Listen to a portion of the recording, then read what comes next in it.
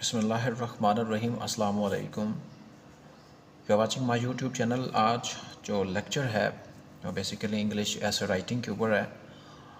ये मेरे पास असाइनमेंट्स है कुछ, इनको मैं चेक करूँगा और स्टूडेंट्स को फ़ीडबैक मिलेगा।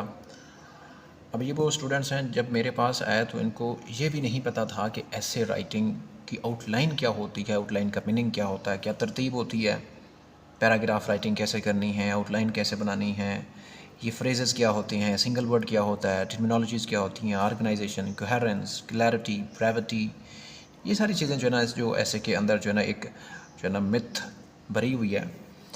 तो उसको डिकोड करेंगे। जो चीज़ लिखी हुई है मैं उसको देखूंगा और स्टूडेंट जिसकी असाइनमेंट अच्छी होती है मैं उसको जो है ना क्रेडिट देता हूँ कि मैं उसको यूट्यूब पे अपलोड कर दूँ, ताकि उसे दूसरे स्टैंड जो आप लोग हैं इसको देखें और इससे बेनिफिट लें। असाइनमेंट इवन के यूट्यूब चैनल्स पे आप लोग देखें तो आप लोगों को ये फीडबैक जो है ना वो नहीं मिलता है। बहुत सारे टीचर्स हैं, मेंटोर्स हैं जो चीज़ें चेक करके देते हैं, लेकिन वो अपलोड नहीं करते हैं। आई डोंट नो वाई, बहरहाल ये सिलसिला आप लोगों के लिए कंटिन्यू है। अब जो ऐसे का सेशन है या फिर इसके अलावा ला का जो बैच है, ला के लिए तो मेरा जो थोड़ा सा जो तरीक़ाकार है थोड़ा सा टफ़ है, ये समझ लें एग्रेसिव है, कि ताकि स्टूडेंट्स को इसके पीछे लगाया जाए। उन्होंने पेमेंट की होती है, चाहे 1 रुपया भी है, यू हैव इन्वेस्टेड। और बीइंग अ टीचर ये रिस्पॉन्सिबिलिटी है कि आपसे काम करवाया जाए।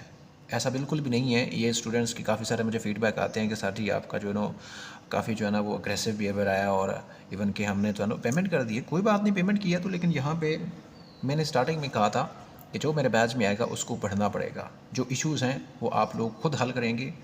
मेरी तरफ से अगर कोई इशू होता है तो उसकी रिस्पॉन्सिबिलिटी टीचर की है। तो अल्हम्दुलिल्लाह काफ़ी इम्प्रूवमेंट कर ली है। अगर इसी तरह से चलते रहे तो इंशाल्लाह यहाँ से असिस्टेंट रजिस्ट्रार मुझे फ्यूचर में नज़र आ रहे हैं। तो असाइनमेंट जो है वो साजिदा अमीन की है।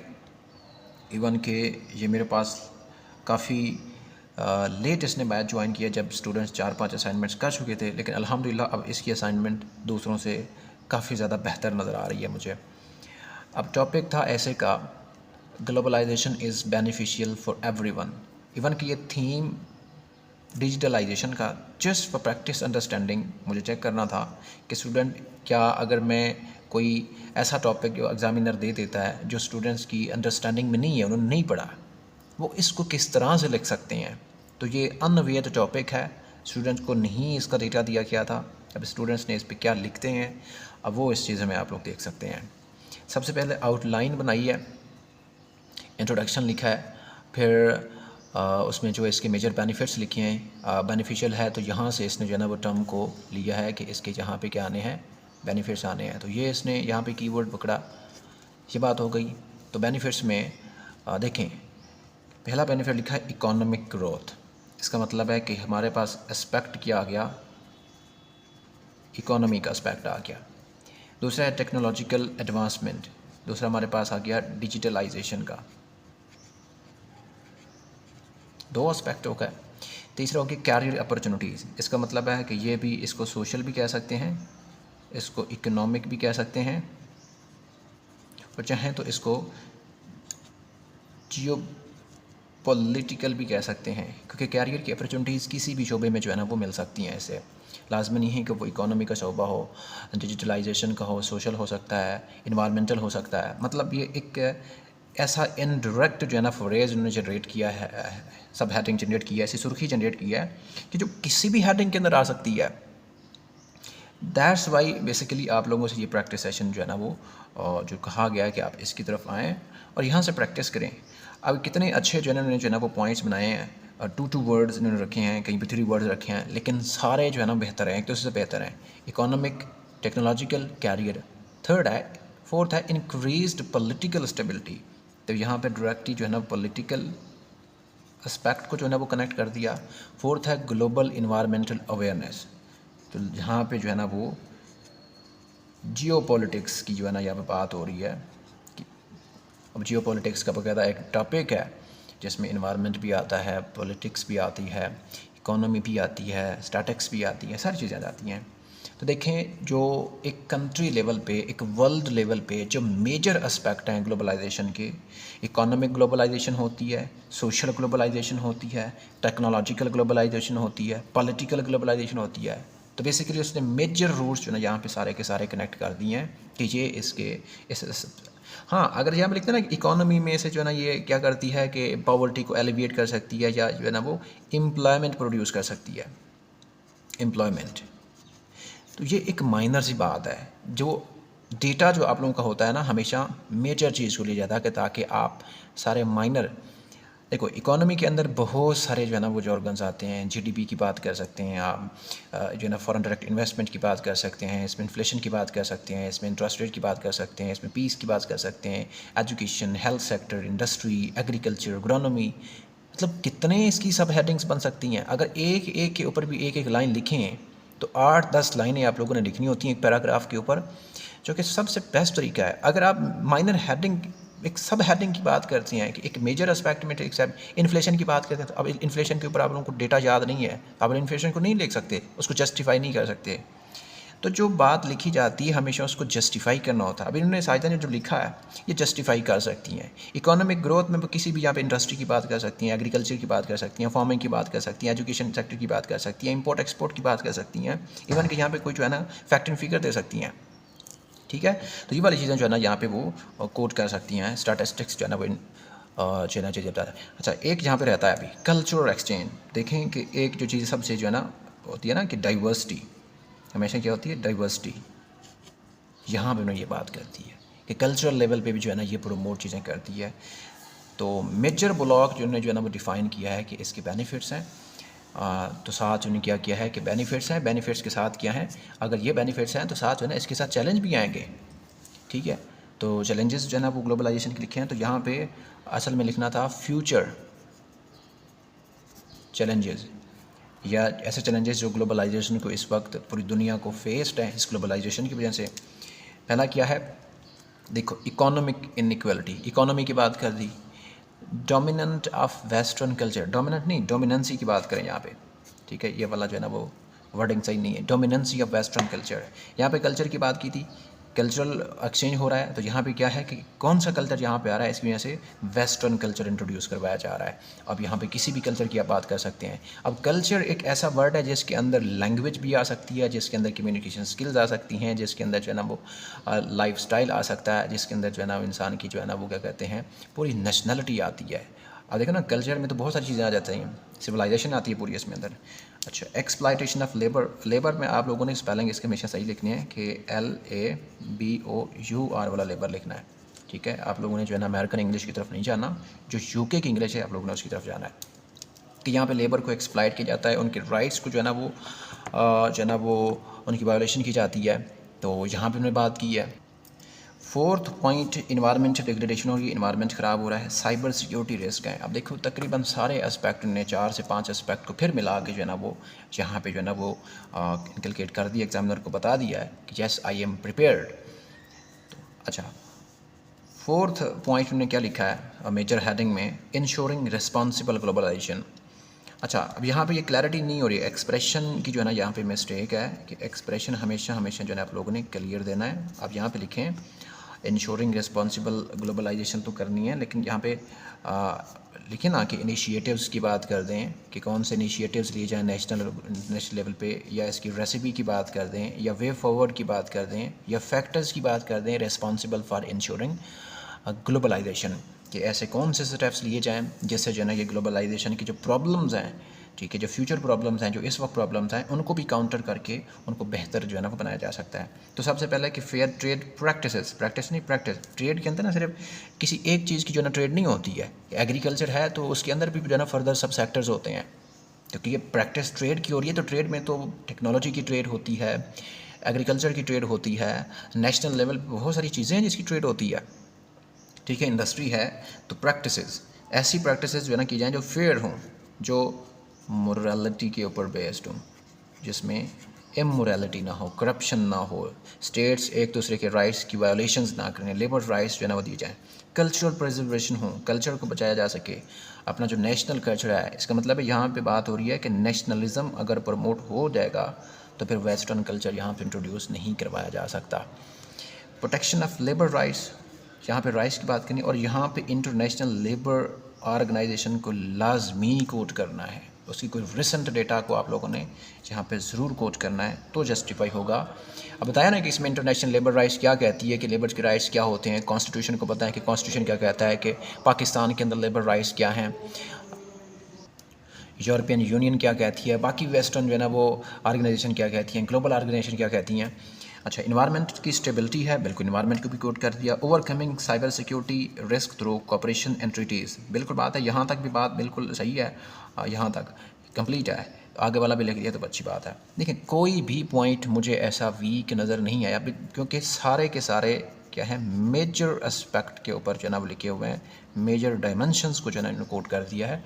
तो इसका मतलब है कि टॉपिक जो है ना ग्लोबल लेवल पे जो है ना वो कवरेज दे रहा है। ये जो हमेशा जो होता है ना कवर, अब उनके पास केक होता है ना, जो बर्थडे वाले केक खाते हैं, बने होते हैं इस तरह के डिफरेंट से केक बने होते हैं, और फ्रंट पे क्या रखा होता है, एक चॉकलेट रखा होता है और इसके अलावा कुछ जो है ना बाकी मटीरियल रखा होता है। तो आप लोग कौन सा केक पसंद करते हैं? वो केक जिसके ऊपर नाम रखा होता है और बहुत चार्मिंग लगता है, वो खूबसूरत लगता है। यस, यू आर राइट, ठीक है।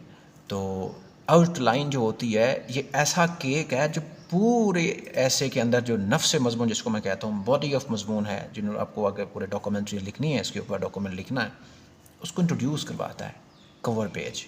तो हमेशा कवर पेज ऐसा होना चाहिए, एरर फ्री होना चाहिए, इसमें कोई भी एरर नज़र ना आए। मुझे एक तो माइनर मिस्टेक्स लगी हैं, इंशाल्लाह नेक्स्ट असाइनमेंट में ये नहीं होंगी, बहुत ज़बरदस्त असाइनमेंट, ठीक है। बाकी जो इसमें चीज़ें हैं कि रेफरेंसेस कैसे देने हैं, स्टैटिस्टिक्स कैसे देनी है, चीज़ें जो ना भी रहती हैं, तो इंशाल्लाह वो भी आप लोग सीख जाएंगे। क्वेश्चन नंबर 2 है यहाँ पे ग्लोबलाइजेशन। अब ये टॉपिक था ग्लोबलाइजेशन के बेनिफिट्स क्या हैं, इसके सिर्फ ऊपर आउटलाइन बनानी थी। अब मैंने डिफरेंट एंगल्स में लिखवाने की कोशिश की कि स्टूडेंट को जो है ना वो डिफरेंट पर्सपेक्टिव मिले, कि उसको जो है ना क्रिटिकल एनालिसिस करने का मौका मिले। अब globalisation a double edged sword for development, कि ग्लोबलाइजेशन एक दोहरी तलवार है। कैसे कि ये बेनिफिट्स भी देती है, अपॉर्चुनिटीज़ भी देती है, तो साथ चैलेंज भी जो है ना प्रोड्यूस करती है। असल में जो है ना इसका मतलब ये है, तो ये बात उसने की। तो यहाँ पे इंट्रोडक्शन उन्होंने लिखा है, globalisation refers to the interconnectedness of nations through trade. अब यहाँ पे नेशंस का मतलब है दुनिया की कौमें, अक़वाम इससे मुराद है, ठीक है, ये बात है। ट्रेड की इंटरकनेक्टेडनेस होती है, टेक्नोलॉजी की होती है, और कल्चरल एक्सचेंज की होती है। आप लोग यहाँ पे ये भी लिख सकते हैं कि फ़्लो आगे आप बता सकते हैं, आइडियाज़ का फ़्लो हो रहा है, पीपल का फ़्लो हो रहा है, इकोनॉमी का फ़्लो हो रहा है, टेक्नोलॉजी का फ़्लो हो रहा है, कल्चर का फ़्लो हो रहा है, ठीक है। ये चीज़ें जो है ना आप लोगों ने यहाँ पे बतानी है। डेफिनेशन स्टार्ट किया है, in the modern era it opens new doors for economic growth. देखो जब भी आप लोगों ने किसी भी चीज़ को आगे टॉपिक देखो ना, टॉपिक था ग्लोबलाइजेशन के ऊपर है, अब मेन हेडर है वो, जब मेन वर्ड है तो यहाँ पे आप लोग उसको लिखें, यहाँ पे बताएं उसको कि ग्लोबलाइजेशन की बात हो रही है, क्योंकि अभी आपने स्टार्ट किया है, यहाँ पे आप लोगों को लिखना है, इंट्रोड्यूस करवाना है, जॉर्गन को नहीं छोड़ना, ग्लोबलाइजेशन, ताकि उसको क्लियर जो है ना वो एक्सप्रेशन मिले कि ग्लोबलाइजेशन किस टॉपिक की बात हो रही है, ठीक है। इवन कि वो स्कॉलर होता है, वो चीज़ों को जानता है। Opens new doors for economic growth, technological advancement and environmental awareness. यहाँ पे उसने अपॉर्चुनिटीज़ बताई हैं, ये अपॉर्चुनिटीज़ हैं, तीनों ठीक हैं, तीन एस्पेक्ट्स को मेंशन किया। However along side these benefits, कौन से बेनिफिट्स, ये बेनिफिट्स, इसके साथ साथ क्या हो रहा है, ग्लोबलाइजेशन क्या कर रही है, आल्सो ब्रिंग्स, ये लाती है चैलेंजेस, कौन से मसाइल, इकोनॉमिक इनइक्वालिटी लाती है, साइबर सिक्योरिटी लाती है, एक्सप्लॉयटेशन ऑफ लेबर लाती है, इन्वायरमेंटल डिग्रेडेशन लाती है, और सारी की सारी जो है ना ये यहाँ पे इसने बताई थी, और सारी की सारी वही जो है ना आउटलाइन है जिसको जो है लिखा था। यही सबसे बड़ी चीज़ होती है कि जो आप लोगों ने पहले कवर पेज पे दिया, इंट्रोडक्शन के अंदर भी वही चीज़ बतानी है, ठीक है। देखो टॉपिक हालांकि ये था, क्या टॉपिक था, डबल एज्ड स्वॉर्ड डेवलपमेंट के लिए। तो यहाँ पे इसने डेटा को किस तरह से मोल्ड किया, इसी असाइनमेंट से मोल्ड कर दिया। ये सबसे बड़ी टेक्निक होती है जो आप लोगों को सिखाई जाती है कि डेटा, ग्लोबलाइजेशन तो एक ही टॉपिक है, लेकिन थीम है, तो राइटर है वो तो डिफरेंट एंगल्स में जो है ना वो पूछ सकता है टॉपिक्स, डाइवर्सिटी है इसमें, डेटा एक ही होता है लेकिन जस्ट उसको मोल्ड करना होता है, ये बात हो रही है।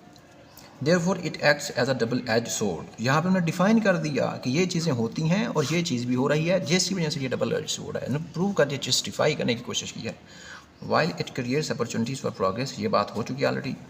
विद दिस डुअल नेचर, देखो पहले क्या था, डबल एज स्वॉर्ड, अब यहाँ पे इसका अल्टरनेटिव क्या डाला, double edge word, the best practice. ये चीज़ होती है कि आपने रेपिटेशन नहीं करनी है, क्लैरिटी भी देनी है लेकिन रेपिटेशन भी नहीं करनी है। It is crucial to ensuring that globalization serves as a tool for sustainable development। दोनों को डिफ़ाइन कर दिया, चैलेंजेस भी बता दिए, अपॉर्चुनिटीज़ भी बता दी, और ये भी बता दिया कि सस्टेनेबल डेवलपमेंट इससे किस तरह हो सकती है। तो यहाँ पे वो वाले इनिशिएटिव्स भी बता रही हैं कि जिसकी वजह से जो है ना वो देखो टू द पॉइंट लिखा है, सारी चीज़ें जिसके अंदर हैं, कोई डिफ़िकल्ट वर्डिंग नहीं है, एग्जामिनर को अच्छे से समझ आता है कि लिखने वाले ने लिखा किया है, बजाय इसके कि एक अच्छी खासी वोकेबलरी तैयार करने के ऊपर बैठ जाएं और अच्छे अच्छे जो है ना वो किताबें पढ़ने लग जाएं कि प्लेजरिज्म की तरफ चले जाएं, ना जाएं उसकी तरफ। आप लोगों के पास थोड़ा सा डेटा है, मैं एक क्रेडिबिलिटी से कह सकता हूं तो इस वक्त भी हर टॉपिक आप लोगों को 60% आता है, 60% आप लोगों को वोकेबलरी भी आती है, जस्ट आप लोगों को पेपर के ऊपर उतारना नहीं आ रहा। ठीक है, यहाँ पे एक दो मिस्टेक्स हैं, मैं वो हाईलाइट कर देता हूँ, इंशाल्लाह दोबारा नहीं होगी। देयरफॉर और हाउएवर यहाँ पे जो वर्ड लगा हुआ है ये जो है ना वो ये इसका स्ट्रक्चर जो है ना वो सही नहीं है, लेकिन इंट्रोडक्शन बहुत अच्छा है। अब यहाँ पे देयरफॉर जो है ना ये कंजंक्टिव एडवर्ब है, एडवर्ब, ये किसकी रिप्लेसमेंट में आता है, कोऑर्डिनेटर्स की रिप्लेसमेंट में आता है। और कोऑर्डिनेटर्स क्या बनाते हैं, कोऑर्डिनेटर्स कंपाउंड सेंटेंसेस बनाते हैं। जब कंपाउंड सेंटेंसेस की रिप्लेसमेंट किससे होगी, कंपाउंड सेंटेंस। तो यहाँ पे देखिए ये कंपाउंड सेंटेंस है, it acts as a double edge sword, यहाँ तक बिल्कुल बात ठीक है, लेकिन यहाँ पर ये नहीं आना था, ये मिस्टेक कर दी है कि ये ना होता तो फिर ये डबल सेंटेंस जो है ना वो क्रिएट हो जाता, फिर यहाँ पे क्या हो जाता, यहाँ पे ये सेमीकोलन हो जाता, फिर ये सेंटेंस जो है ना वो सही हो जाता। तो यहाँ पे भी ऐसे जो आना था, ये मिस्टेक है जो यहाँ पे होनी चाहिए थी। देखो देखने में बिल्कुल असाइनमेंट बहुत अच्छी है, लेकिन एक असाइनमेंट के अंदर एक गलती एग्जामिनर को डेविएट कर सकती है from highest scoring to failure ratio. Question number 4 है जो मैंने जो है ना वो इसमें लिखवाया असाइनमेंट में कि ऐसे के अंदर ऐसी वोकेबलरी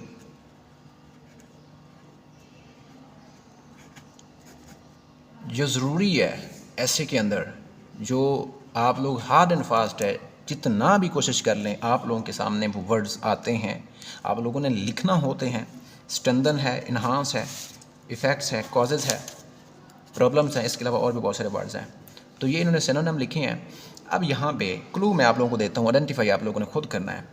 स्ट्रेंथन है, एक्सटेंड है, इनलार्ज है, इन्हांस है, इंक्रीज़ है, ये इन्होंने जो सिनोनिम्स लिखे हुए हैं, इन्हांस है।